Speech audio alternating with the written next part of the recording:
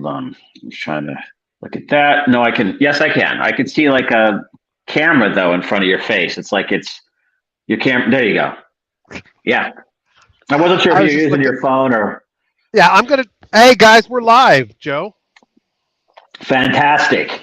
We're What gonna a have a glorious short show day. today, buddy, because I'm sitting here at Web3 Miami Summit, and I don't want to miss the VIP lunch. So Kyle Ellicott got me the VIP pass. Nice, nice. So Yeah, that yeah. gets you into the inner circle over at the Gold Club, right? Yeah, I had a chat with Mark Yusko. I sat with and chatted with Novograt's chief of staff. So yeah, it was good. I don't know if he when I met him, he told me who he was. I was like, oh, cool, man. You're at the VIP table. You must have survived the layoffs last week. I don't know. I don't know how he quite took it. He was still friendly though. Yeah, yeah. That's one of those like kind of kick him in the gut real quick and see how he reacts. Which is going to be like, oh yeah, okay, I'm still standing. Yeah, yeah. I'm sure he thinks, wow, that was kind of rude, but at the same time, he's like, yeah, I'm still here. It's kind of like when you have to deal with mortality when someone you know passes away, and you kind of sit there and you're sad for a bit, and then you go, oh yeah, but I'm still standing. Yeah, yeah. And look, I mean, look, it's hard to fire your chief of staff. I mean, that's usually not first on the chopping block. Yeah, and he knows where all the bodies are buried. That's the other Exactly. Really, really nice guy. But yeah, yeah. this thing is very. Senator Loomis was here. Mayor Suarez was here speaking. Loomis spoke. And there's a lot. I mean, you can't swing around 5 feet without running into a fucking banker. So, you know. So they all looking gun shy, or are they all looking FOMO? Nah, man. This must be all of the people in institutional, and there's a bunch of DeFi projects here too, but this is all the people in institutional that are like assigned crypto. You know what I mean? That's the sense I get. Or they are their own hedge fund or whatever, right? These are DeFi crypto people here. So now I suspect most of them are, everything's in custody or on a centralized exchange, or these are not people fucking probably doing a lot of fund related diving into DeFi, but they probably are doing it with their own money. So they probably missed the whole rebasing miracle. Yeah, they weren't following me into fucking Olympus or Wonderland, I don't think. Yeah, but they're all sitting there trying. But look, again, we talk a lot. If you're swinging around like $1 billion, you don't need to go make 400%. That's right. You need to make 0.5%. I mean, 1% too. The key at that level is not to lose the money. That's the most important thing. So that's right. That's right. But that'll be good. I'm curious how their perspective's going to rub off on you.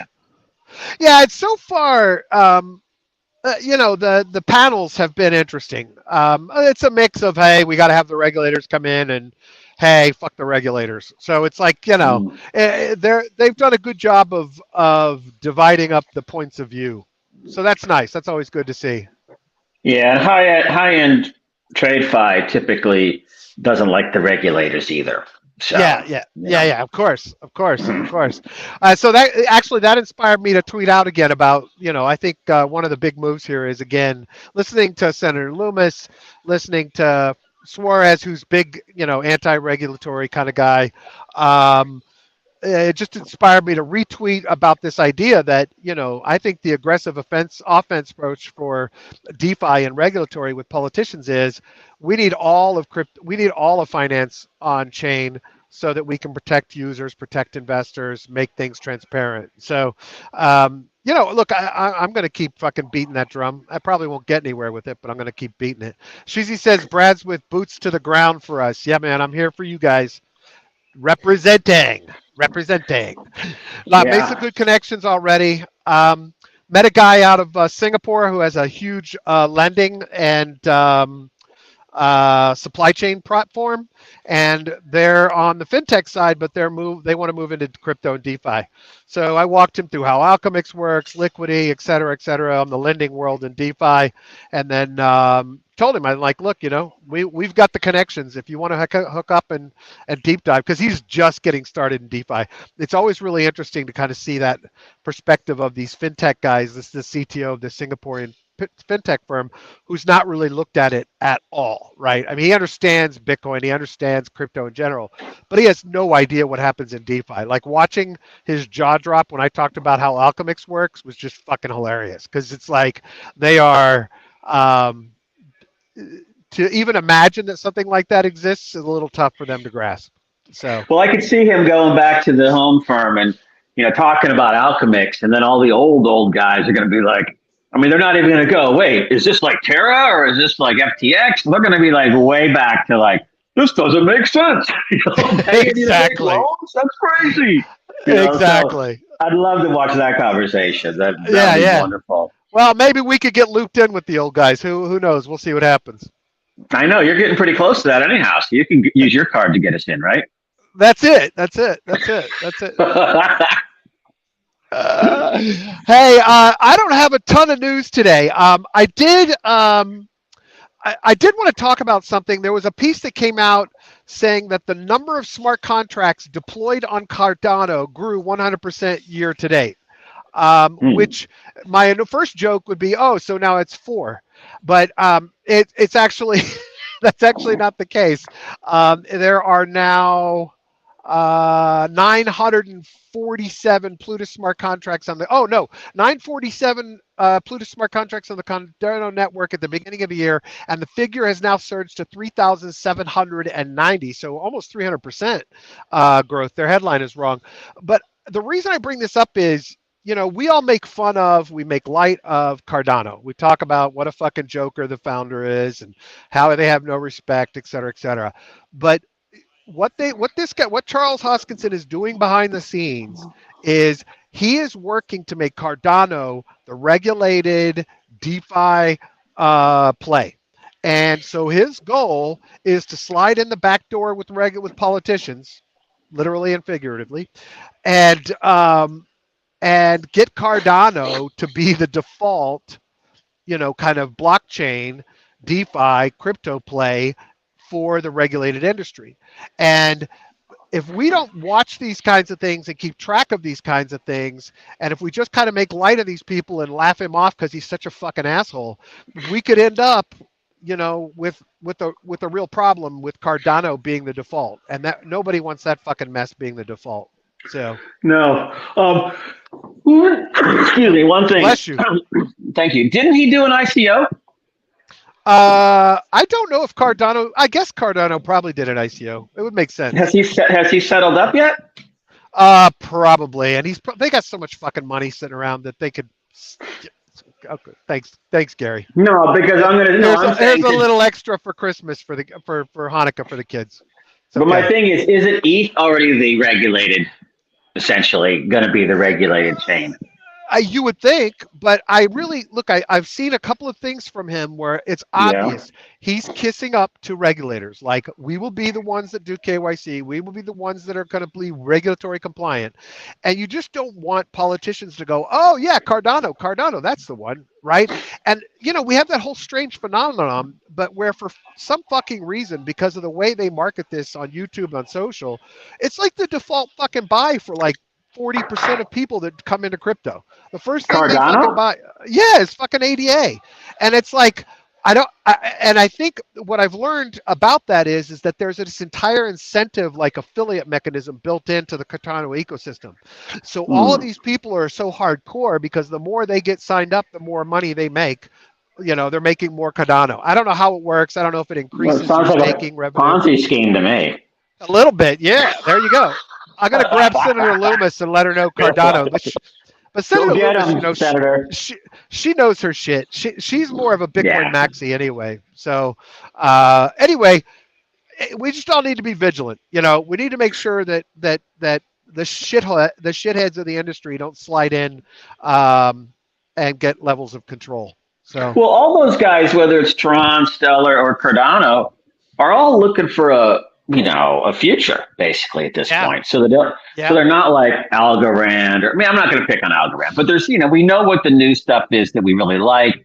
And we know Yep. what this stuff is. It's kind of legacy stuff. And Cardano fits Yeah. in that. And remember, as these guys suck up to all of these DeFi compliance measures, it's only going to make it more centralized.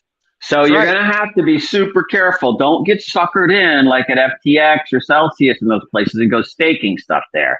Or I mean, liquidity pools. I mean, I don't know how they're going to function because I wouldn't trust it. Well, But no, I mean how you are going to. If I'm saying don't put anything on the platform and then people are doing it on Cardano, you have to do oh it yeah, through liquidity pools. That's what I'm saying. But yeah, but the yeah, point is just keep that in your mind. Know that that can go bad and spread your exactly. risk around, I guess, if you're going to play that game. Yeah. Look, I mean, I sure as hell don't mind making money on ADA, but No. and I have using MTF, but it's not something I'm going to get engaged with the community on. It's a bunch of fucking idiots. So Yeah, excuse it's me. not. I know. Wait. I need to take that back. They're not all idiots. I do know we have solid ADA fans, Cardano community members who watch the show. So Well, apologies no. for my blatant disregard for what's important to you. I have a strong dislike for Charles Charles. Hoskinson, and I don't Yeah. trust him, and I don't think anybody should trust him, and I think he's bad for the ecosystem. So I'll tell you though, I did deal with. They have an outfit in Tokyo called Emergo, EMURGO. That's their like right, commercialization arm. And I was yep. dealing with them on a couple of protocols 3 or 4 years ago, and they were nothing but top tier. I mean, they were sharp, they were smart, Wait, and this they were was looking for. connected to Cardano. Yeah, it's called EMURGO, Emergo, Okay, and it's their like commercialization arm, I guess. I got And you. so they were top tier, but again, they couldn't answer the difficult questions, which back Right. then was, when is anything going to be happening here? Um, Yeah. and Yeah. they couldn't answer that then. And I remember watching all of their updates and stuff when they were kind of always going for the next release and the next release, but yet, and it was all cool tech, but yet, and the community was totally behind it, but there just never really seemed to be the there. I don't see Exactly. anything like unique. It's like commoditizing everything down to the least common denominator. Maybe that's what the market wants. Well, The hey, look, normies. it's an academic circle jerk over there. They took them how many years? 5 years to fucking deploy smart contracts. At And least, yeah. then when they do, they're a fucking performance nightmare. It's just a mess over there. And look, I love academics. I love the research they can do, but I'm not going to hire academics to deploy, um, you know, a commercial product, a DeFi finance platform that needs to get to market and function well. You know, You mean you and don't so want a that bunch of people coding in circles? exactly, exactly. Just circle in the drain. Look, and like I said, there's some brilliant people in tech and in academia, and they have created a shit ton of research that's benefited all of us in DeFi. I just, I don't want all academics running an enterprise. It's just bad Hey, news. quick question. When you were at the not to, I'm going to take this off topic for a second, but did you run into Digital Axe people yesterday at the Centra? Were they there? No, they No. were not there. Look, I hate to do this because Justin Wu's the founder of Decentral. I love him. He's a great guy. He's great for the community. But Decentral was a fucking train wreck. I mean, it was a ghost Yeah. town. The primary um, the primary venues were dead. They were empty. The exhibitors were all scammy looking shit for the most part. There were a couple of legit. Secret was there. Yeah. One or two other kind of infrastructure people, but the rest was just some Well, I cheesy mean, shit. it's a hard conference to host after the last, 6 months. I mean, But you're that's not like a going to. massive. That's Yeah. a massive drop, man. That's like Well, that's how crowded was it last year when we were there? I actually remember it being pretty packed, fighting my way through it crowds to was. get to No, different it was, and areas. there was Yeah. like at least twice the number of exhibitors. Right? Hmm. Like here, I'll put this picture up I sent you because this was the God, that's a main depressing stage. one, man. That's This is depressing, the dude. this is the main stage in the middle of the day. Now, this is symptomatic of the bear market. Don't get me wrong. Yeah, Um, yeah. I just, I mean, look at that shit. That's just, Yeah, I see like that's just 22 ugly. people and maybe 500 seats. Yeah, exactly. Now, today's, I'll send that over. It's like Well, you're with the people that don't care, the people that, Yeah. oh yeah, this is where we're going to move like 0.5% of our assets into it. Exactly. Crypto? What's this shit Exactly. called? Yeah. Yeah, that's it. So they don't care if it goes up or down. Does not No. matter. But, I think that's a lot of what holds, I'm not going to say institutions, but, people that just don't care are what's keeping everything in that 16.5-ish range and that 12-ish, 12.25 range for ETH. I just think there's people that just, set floors.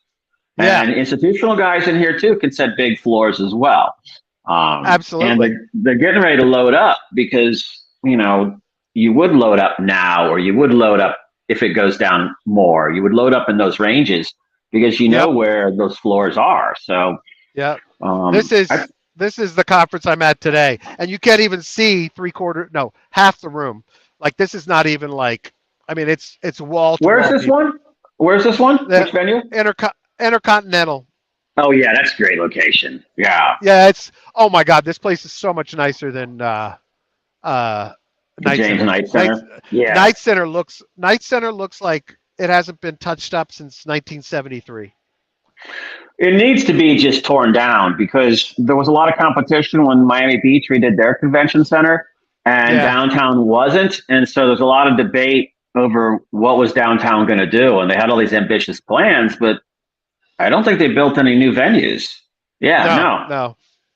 Hey, real quick, apologies to everybody. I didn't get the episode uploaded last night. I didn't get home till late, but I will get both today and yesterday's up this evening when I get home. Have a couple of receptions to go to tonight. We were both looking at this Kraken. What did they get, man? Like a slap on the wrist, $360,000 fine for allowing Iranians to trade on the platform? Yeah, well, they identified it. They found it, and then they were self-reported. So that's why the fines were so lenient. Yeah, because my understanding was that, I don't know the weight. I didn't get the idea it was any huge weight of, like sanctions evasions kind of stuff. I got the idea that it was more just people were trading out of Iran, but they were putting down their Iranian address.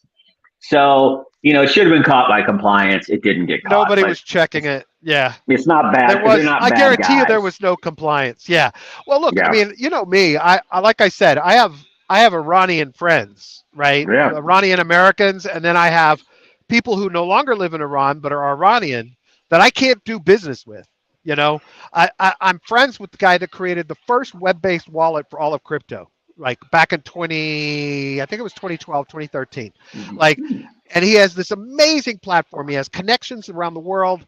He's a brilliant guy, and he's a genuinely good human being.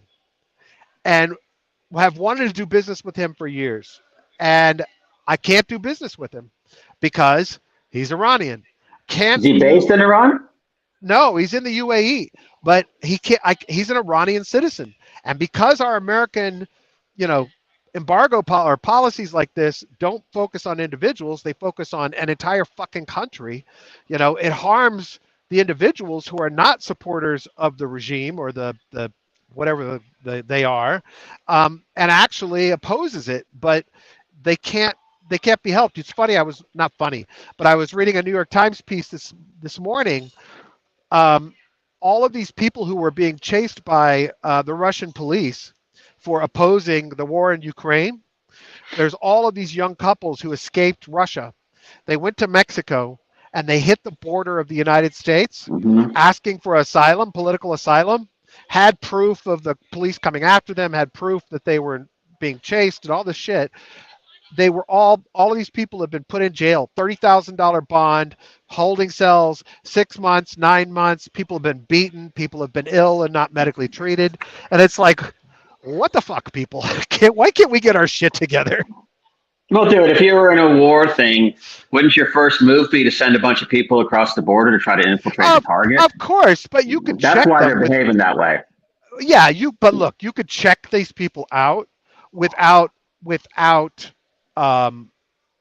locking them up, having them be abused. I don't know about that. Medical treatment. I say, yeah, they were. Well, I read the article too. I didn't see anything about declined medical treatment or abused, and I saw that they were locked up. for months. No, she talks. You know. She talks about the fact that she needed medical treatment and they wouldn't do it, and then finally she got it after another month and a half because she finally got an attorney that would help her. Anyway, that's not the point of Yeah. this show. My point is that our policies, regarding financial sanctions against countries, when you financially sanction every citizen in a country, um, you're not hurting the government. You're just hurting the individual citizens. I get that sometimes that can lead to pressure on the government, right? But why not sanction corporations? Why not sanction the wealthy? Why not sanction the people that prop up and pay for the Because they government? already have. They already sanctioned all those people, dude. Yeah, but sanctioning the individuals doesn't accomplish anything. I'm still waiting for the government that gets overthrown because of our sanctions. So anyway, that's how I feel about that. Nobody is immune to the impacts of the bear market. Gary V, Mr. NFT, Mr. Influencer, who I love, have a lot of respect for. I think he's a great guy. Is laying off a ton of people at his NFT company. And so I think that's two things that brings up for me, Joe. The first is nobody's immune. Even the smartest people in the space are having problems. You put him in that category? You put him in that category? Smartest people in the space? I think he's a really smart guy. Yeah, I think he really is. But the other thing is the cult of personality, right? Everybody wanted to be involved with buying from Gary's NFT shop because they thought Gary's famous, Gary has millions of followers, Gary's NFTs will be worth a shit ton of money. Well, it doesn't fucking work that way, people. So, it's just you've got to realize that just because, and I don't think he went in this maliciously. I don't think he was trying to scam people. I think he really wanted to build something great and a great NFT platform and deliver great products and art. But at the same time, you can't bet everything on anybody. And this idea that, somebody who's built themselves up, been successful, it doesn't mean they're going to be successful at every fucking thing they do. And so just be careful about how you make your choices. Yeah. So look, you come in there, you buy those NFTs because you think the price is going to go up or the value is going to go up. And then it doesn't. Yep. So, there's a lot of discussion over the last couple of days. I think you were in some of those threads, those legal threads about what is the current state of affairs in the US. And, if you're selling something where the people think it's going to go up in price, in the current regime, it is a security, flat out. So, these influencers got to be super duper careful because, they don't know. Well, maybe he knows what he did now, but, it's just not worth the risk, to do it because the NFTs aren't going to, some will, but we have no freaking idea which ones that is. And maybe there's resale within communities. But NFTs to me, aside from the functionality of it, which I really like, it's like if you look at art in a museum, you just buy what you like. Don't go in buying, the big art investors, they don't go in buying stuff because they think it's going to go up. They still buy what they like. And it's not a financial decision like that. So, that's what NFTs should be doing. And I'm actually kind of surprised to hear that he had that big offering and, now he has little layoffs. I guess that's kind of, isn't there the same thing going on at like Bored Apes and those places? Aren't they having trouble? Yeah, look, I will tell you that I did look at a lot of what Gary was producing, and it was all very reasonably priced. It wasn't big hype, $1 million NFTs. It was reasonable things. They had a lot of giveaways, a lot of contests. They tied it to a lot of real life events. They were doing other event type tie-ins to it. It was a really cool. Conceptually, I think they were on the right track, right? But I'm sure there are people that put a big chunk of money in just because it was Gary V, and it's just not smart. It's just not smart. Joe, got to do a short shake. Go ahead, buddy. Yeah. No, I was going to say, we talked about this before. It's the same with, whether it's Charles at Cardano, who was doing a lot of that early on, or whether it was Juju, or whether it was, Sesta, or it was SBF. Just go down the list. People, it kind of got a celebrity cachet attached to their abilities, which nobody really knew what they were at that point because nobody could see. And then everybody follows these people like lemmings and go right into the deals. And you cannot think that way. Even if you love that guy, if he's your like savior, your new messiah dude, still 25%, man. 25%. That's it. Exactly. And leave your other 75% in reserve and see what happens. You will not absolutely. lose pulling those strategies, but you will if you go all in. Niblets That's all I want to say. Niblets says, does that make other collectibles like baseball cards and stamped securities also? Yes, under Gensler, those would qualify under the current regime. Shizzy says, under the Howey test, baseball cards and stamps are securities if they were released, meant to be earned value, blah, blah, blah. Yeah. Shizzy said, I used Candy Digital. That's his NFT platform. Bought some packs and a few Bryce Harper NFTs. It was fun. See, that's good. That's the Yeah, I attitude. like that. You go into it saying it's going to be fun. There's some cool artists here. There's shit that I like. That's how And you should approach that market. Sports, Bryce Harper from the Phillies. Yeah, absolutely. Exactly. Dude, I got to drop. You got to go. Yeah, it's cool, man. Hey, folks, apologies for the short show today, but, I'm sitting here networking. That's why we have a show. Appreciate everybody jumping in. Shizzy and Niblets, thanks for commenting and being a part of the show. Joe, I hope you have a great afternoon. And everybody, we love you and appreciate you. Please rate and review us on Apple Podcasts and Spotify. If you're watching on YouTube, please click the subscribe button, click the little bell so you get notified about new episodes. And don't forget to smash the thumbs up so we get boosted in the algo. Joe, hope you have a great afternoon. Yeah. Don't cut me off yet. Go get that food, Brad. And we'll have much more coverage tomorrow. I'll just be back in the office, so we'll have some better stuff going. But anyhow, good luck, Brad. Go drum up some clients, some guests, all the magic that you do. And everyone, have a great day, and I'll see you tomorrow. Thanks, buddy. Hey, everybody, have a great day. Take care.